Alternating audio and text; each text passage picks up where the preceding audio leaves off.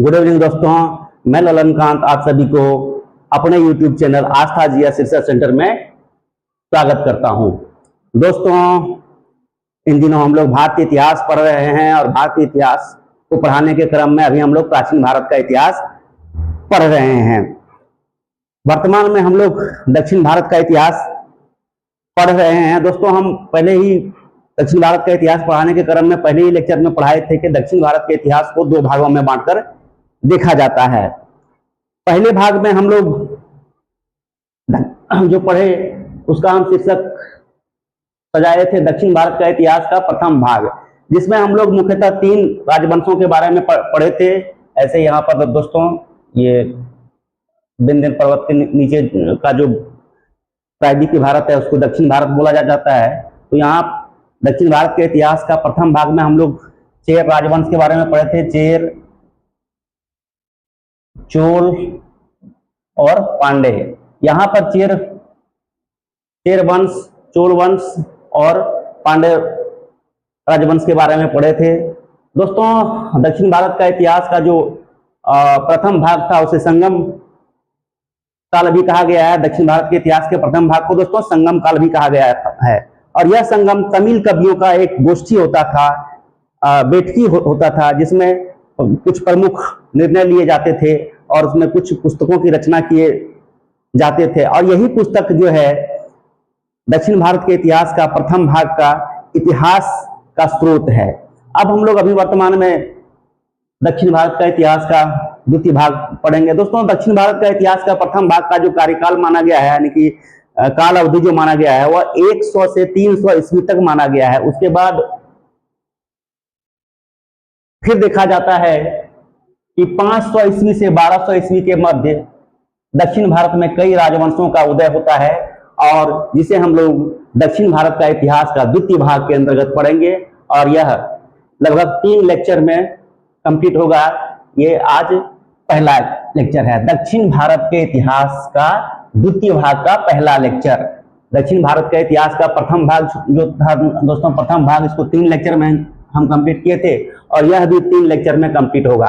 तो आइए मैप के माध्यम से कुछ समझने का प्रयत्न करते हैं। यहाँ पर दोस्तों विंध्य पर्वत है। विंध्य पर्वत को ही उत्तर भारत हम भारतीय भूगोल में पढ़ाएंगे दोस्तों कि विंध्य पर्वत को उत्तर भारत और दक्षिण भारत का सीमा माना गया, यानी कि विंध्य पर्वत के दक्षिण में दक्षिण भारत माना गया है और उत्तर में उत्तर भारत माना गया है। तो विंध्य पर्वत के नीचे कुछ राजवंशों का उदय 500 ईस्वी से 1200 ईस्वी के मध्य देखा जाता है। उन्हीं राजवंशों के बारे में पढ़ेंगे। तो सबसे पहले दोस्तों पल्लव राजवंश का उदय होता है। पल्लव राजवंश का उदय होता है, जिसके संस्थापक सिंह विष्णु को माना गया है। कहीं कहीं बप्पा देव भी पल्लव राजवंश के संस्थापक के रूप में देखा जाता है। उसके बाद दोस्तों चालुक्य वंश का स्थापना होता है इधर कर्नाटक के क्षेत्र में, केवल कर्नाटक के क्षेत्र में, और इसे वातापी या वादामी का चालुक्य वंश कहा गया है। और वातापी के चालुक्य वंश का संस्थापक जय सिंह है। कहीं कहीं इसको पुलकेशिन द्वितीय भी, सही दोस्तों, पुलकेशिन प्रथम भी कहा जाता है। यानी कि वातापी या वादामी के चालुक्य वंश का संस्थापक जय सिंह या पुलकेशिन प्रथम को माना गया है। तो इन्होंने ही यहाँ पर आंध्र प्रदेश के क्षेत्र में कुछ क्षेत्रों को जीता था, तथा वादामी के चालुक्य वंश के संस्थापक जो थे जय सिंह या पुलकेशिन द्वितीय, और इस वंश के सबसे प्रतापी शासक पुलकेशिन द्वितीय रहे हैं। और पुलकेशिन द्वितीय ने ही इस क्षेत्र में एक नए राजवंश का स्थापना करवाया था, जिसको वेंगी का चालुक्य वंश कहा जाता है। और इस वंश के संस्थापक जो हैं विष्णुवर्धन माने गए हैं, जो पुलकेशिन द्वितीय के ही भाई थे। उसके बाद दोस्तों यहाँ पर वादामी के चालुक्य वंश के संस्थापक को समाप्त करके राष्ट्रकूट वंश का स्थापना होता है। जिसके संस्थापक दंतीदुर्ग को माना गया है। और फिर राष्ट्रकूट वंश को समाप्त करके कल्याणी के चालुक्य वंश का संस्थापक बनते हैं तेलप द्वितीय कल्याणी के चालुक्य वंश के संस्थापक माना गया है। इस प्रकार हम लोग दक्षिण भारत के इतिहास के द्वितीय भाग को पढ़ने के क्रम में 5 मुख्यतः राजवंश के बारे में पढ़ेंगे और लास्ट में दोस्तों चोल राजवंश यहाँ पर देखा जाता है।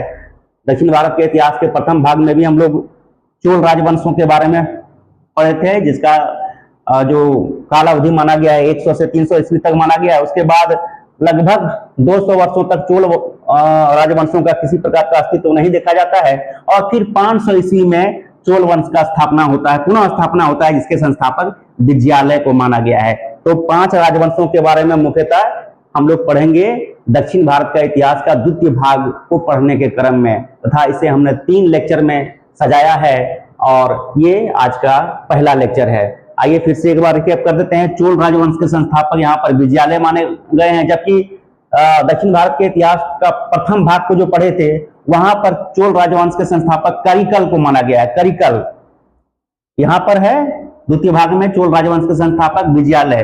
पल्लव राजवंश के संस्थापक सिंह विष्णु या कहीं कहीं बप्पा देव को भी पल्लव राजवंश का संस्थापक माना गया है। वातापी या वादामी के चालुक्य वंश का संस्थापक जयसिंह को माना गया है, कहीं कहीं पुलकेशिन प्रथम भी देखा जाता है, तो दोनों याद रखिएगा, जयसिंह या पुलकेशिन प्रथम, ये दोनों एक ही व्यक्ति थे। तथा इस राजवंश के सबसे प्रतापी शासक जो थे पुलकेशिन द्वितीय थे, जिन्होंने हर्षवर्धन को नर्मदा नदी के तट पर हराया था। तथा पुलकेशिन द्वितीय को पल्लव राजवंश के शासक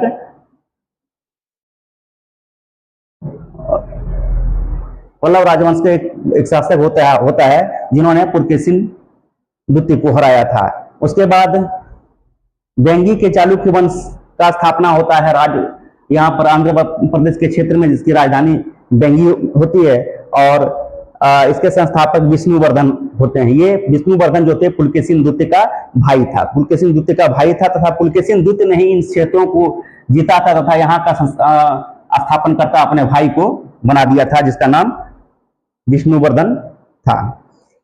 उसके बाद कल्याणी के चालुक्य वंश के संस्थापक तेलप द्वितीय रहते हैं, जिन्होंने राष्ट्रकूट वंश को समाप्त करके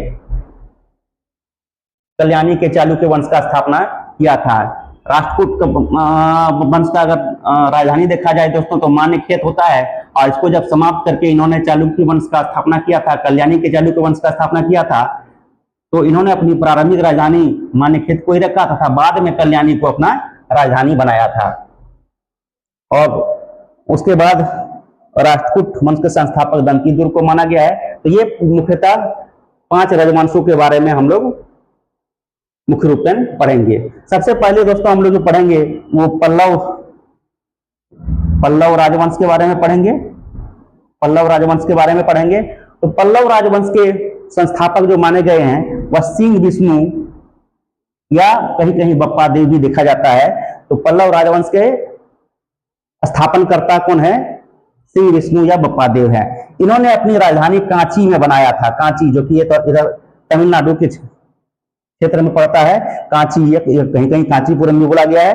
तो कांची को सिंह विष्णु ने अपनी राजधानी बनाया था। इनका साम्राज्य विस्तार जो था कृष्णा से कावेरी, यहाँ कृष्णा से दोस्तों लगभग यहाँ दक्षिण भारत का ये मुख्य नदियां हैं, कृष्णा से कावेरी नदी के बीच इसका साम्राज्य विस्तार था, क्योंकि बहुत ही उपजाऊ क्षेत्र माना गया है। और इसी उपजाऊ क्षेत्र को लेकर अक्सर पल्लव और ये वातापी के चालुक्य वंश के बीच संघर्ष की स्थिति देखा जाता है। तथा यहीं पर जो है नरसिंह वर्मन प्रथम जो थे पल्लव वंश के एक शासक थे, जिन्होंने वातापी के या वादामी के चालुक्य वंश के सबसे प्रतापी राजा पुलकेशिन द्वितीय को हराया था तथा वातापी कौंड की उपाधि धारण किया था। नरसिंह वर्मन प्रथम ने पुलकेशिन द्वितीय को हराकर वातापी कौंड की उपाधि धारण किया था। ये बाद में आएगा दोस्तों। चलिए देखते हैं। ये जो इसका सिंह विष्णु का साम्राज्य विस्तार जो था कृष्णा से कावेरी नदी तक था। कृतार्जुनीयम के रचयिता जो है, कृतार्जुनीयम एक फेमस पुस्तक है जिसके रचयिता भारवी हैं, जो सिंह विष्णु के दरबार में रहते थे। तो यही मेन 3-4 फैक्ट है जिसके जो सिंह विष्णु के बारे में पढ़ना है। सिंह विष्णु इसलिए इंपॉर्टेंट हो जाता है क्योंकि ये पल्लव राजवंश के संस्थापक थे तथा इन्होंने अपनी राजधानी कांची में बनाया था तथा इसका साम्राज्य विस्तार कृष्णा से कावेरी नदी के बीच था।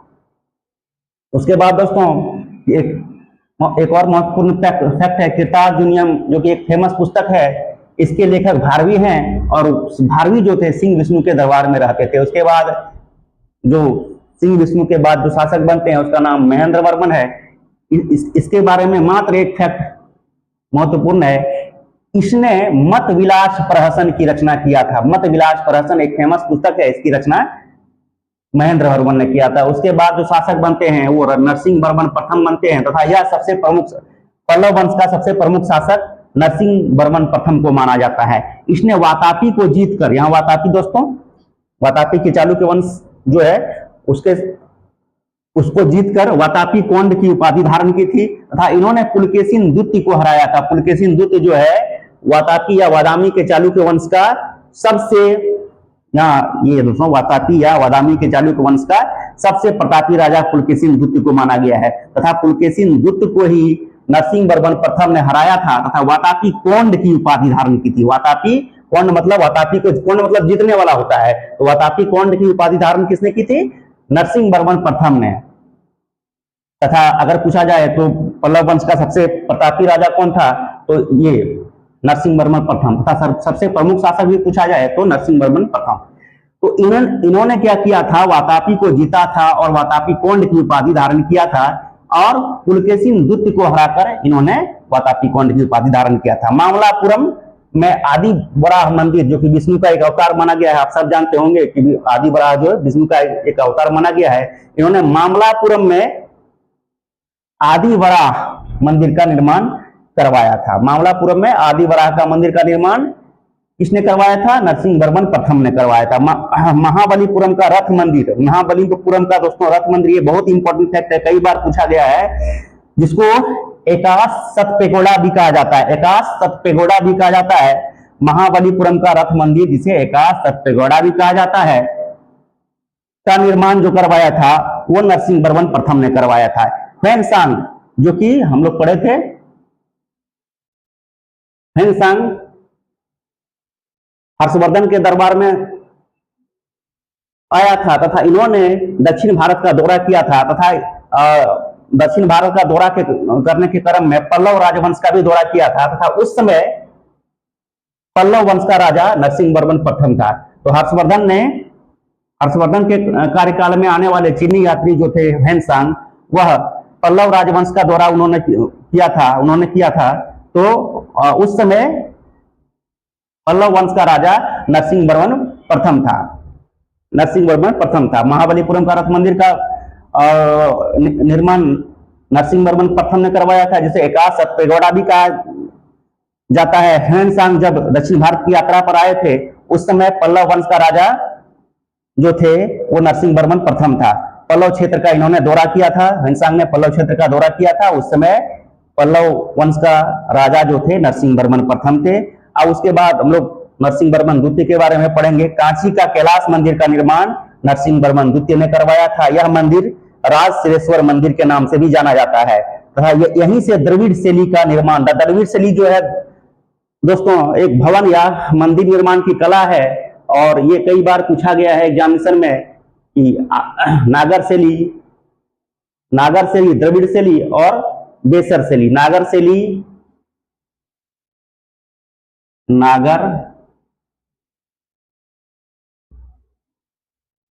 द्रविड़ और बेसर। नागर शैली जो है दोस्तों उत्तर भारत में भवन या मंदिर निर्माण की कला को नागर शैली कहा जाता है।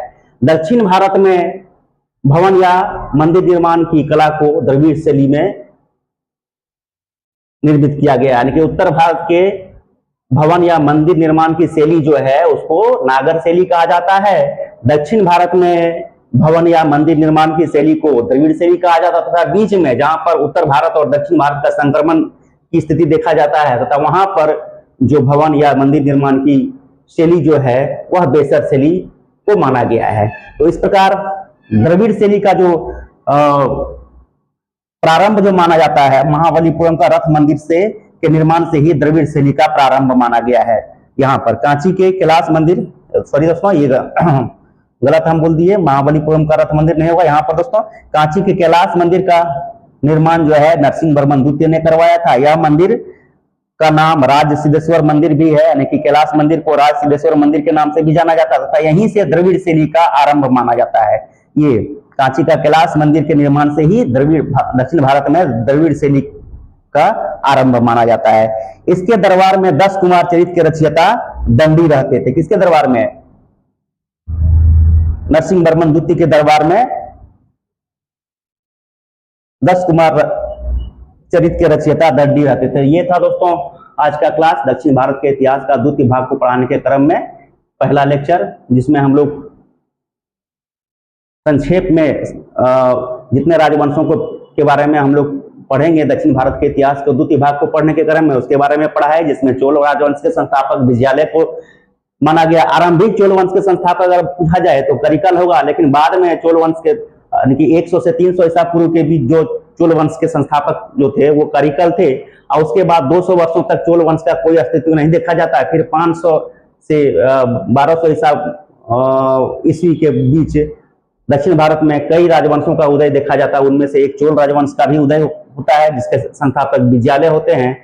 और उसके बाद हम लोग सबसे पहले पल्लव राजवंश के बारे में अभी पढ़े, जिसके संस्थापक सिंह विष्णु या बप्पादे। उसके बाद चालुक्य वंश, जिसको वातापी या वादामी का चालुक्य वंश कहा गया है, जिसके संस्थापक जय सिंह को माना गया है, तथा इसे पुलकेशिन प्रथम भी कहा जाता है। उसके बाद वेंगी के चालुक्य वंश के बारे में पढ़ेंगे, जिसके संस्थापक विष्णुवर्धन है, और ये विष्णुवर्धन जो थे पुलकेशिन द्वितीय का भाई था। तो ये यहाँ पर वातापी या बादामी के चालुक्य वंश का सबसे प्रतापी राजा पुलकेशिन द्वितीय को माना गया है। उसी का भाई सिंह विष्णुवर्धन थे, जिन्होंने वेंगी के चालुक्य वंश का स्थापना किया था। उसके बाद कल्याणी के चालुक्य वंश का संस्थापक तेलप द्वितीय को माना गया है, तथा राष्ट्रकूट वंश का संस्थापक दंती दुर्ग को माना जाता है। सभी राजवंशों को क्रमानुसार हम लोग पढ़ेंगे। आज जो राजवंश के बारे में हम लोग पढ़े उसका नाम पल्लव राजवंश है। आइए एक बार हम फिर से इसको रिपीट कर देते हैं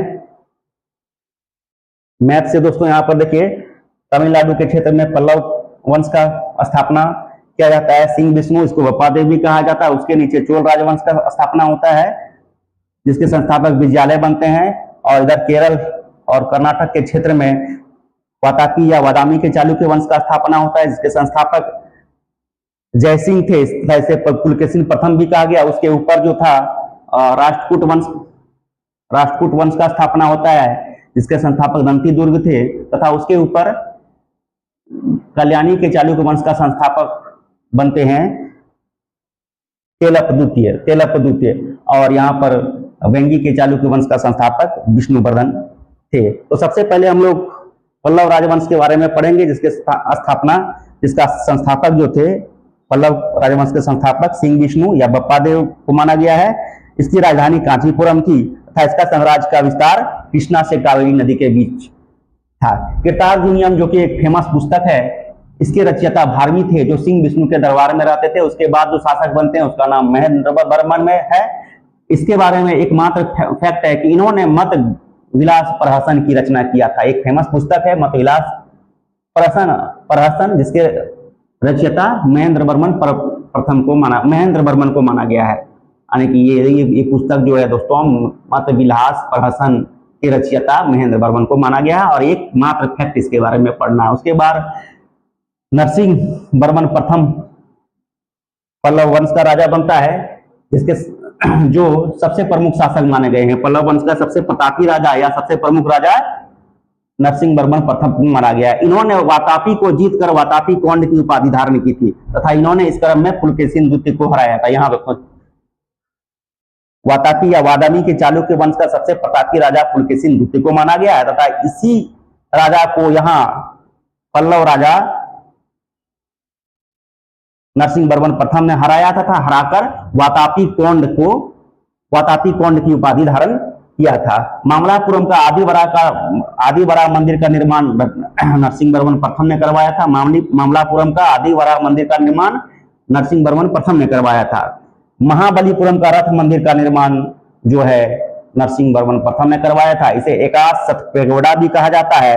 ह्वेनसांग ने जब दक्षिण भारत का दौरा किया था, तथा इस क्रम में ह्वेनसांग पल्लव राजवंश का दौरा भी करते हैं। उस समय पल्लव राजवंश के जो राजा थे नरसिंह वर्मन प्रथम थे। ये बहुत ही इंपॉर्टेंट प्रश्न है दोस्तों, आपसे पूछ दिया जाएगा कि हेनसांग जो कि मुख्यतः हर्षवर्धन के दरबार में आए थे, लेकिन उन्होंने दक्षिण भारत का भी दौरा किया था। दक्षिण भारत का दौरा जब किया था तब वे दौरा करने के दौरान पल्लव राजवंश के क्षेत्र में भी पहुंचे थे। उस समय पल्लव राजवंश के राजा कौन थे? तो नरसिंह वर्मन प्रथम थे। नरसिंह वर्मन प्रथम थे। उसके बाद जो राजा बनते हैं नरसिंह वर्मन द्वितीय होता है। इनका जो उपलब्धि है, कांची का कैलाश मंदिर का निर्माण इन्होंने किया था। कांची का कैलाश मंदिर का निर्माण नरसिंह वर्मन द्वितीय ने किया था तथा ये कैलाश मंदिर को, कांची के कैलाश मंदिर को राज सिद्धेश्वर मंदिर भी कहा गया। यहीं से द्रविड़ शैली का आरंभ माना जाता है। कैलाश मंदिर, कांची का कैलाश मंदिर का जो निर्माण हुआ है दोस्तों, उसे राज सिद्धेश्वर मंदिर भी कहा गया है। तो यहीं से द्रविड़ शैली का आरंभ माना गया है। इसी के दरबार में यानी कि नरसिंह वर्मन द्वितीय के दरबार में 10 कुमार रचित के रचयिता दंडी रहते थे। 10 कुमार चरित रचित कहते हैं दोस्तों। 10 कुमार चरित के रचयिता दंडी थे, जो नरसिंह वर्मन द्वितीय के दरबार में रहते थे। तो ये था दोस्तों आज का क्लास, दक्षिण भारत का इतिहास का द्वितीय भाग का प्रथम लेक्चर को हम लोग अच्छे से पढ़े। उसके बाद 2 लेक्चर और आएगा, तो हम लोग दक्षिण भारत का इतिहास को पूरी तरह समाप्त कर देंगे। उसके बाद 2 लेक्चर हम लोग कश्मीर और बंगाल के इतिहास के बारे में पढ़ेंगे। उसके बाद हमारा प्राचीन भारत का इतिहास पूरी तरह समाप्त हो जाएगा। उसके बाद हम लोग मध्यकालीन भारत का इतिहास पढ़ेंगे। तो ये था दोस्तों आज का क्लास कैसा लगा शेयर कीजिए, सब्सक्राइब कीजिए, दूसरे भी दोस्तों से सब्सक्राइब करवाइए तथा कमेंट जरूर करें। कमेंट से हमें ये पता चलेगा दोस्तों कि क्लास में क्या सुधार होना है, और उसे मैं सुधार करके नेक्स्ट क्लास में अच्छे से प्रस्तुत करूंगा।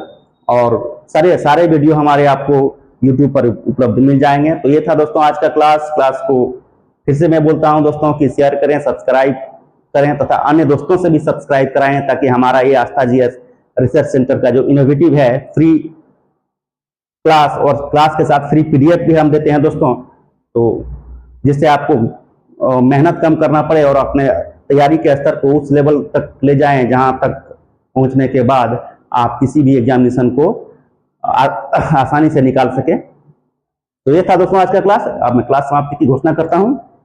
Good evening again.